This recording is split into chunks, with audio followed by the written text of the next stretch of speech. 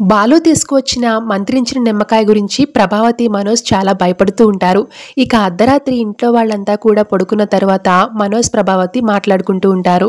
అమ్మ, నాకు చాలా భయంగా ఉంది. ఆ నిమ్మకాయని తీసుకుని వెళ్ళి ఎక్కడైనా పాతి పెడతాం అని మనోజ్ చెప్పేసరికి ఇక ప్రభావతి సరేనని దేవుడి దగ్గర ఉన్న నిమ్మకాయని తీసుకుంటుంది.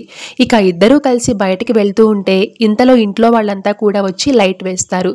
దాంతో వాళ్ళని చూసి మనోజ్, ప్రభావతి ఒక్కసారిగా షాక్ అవుతారు.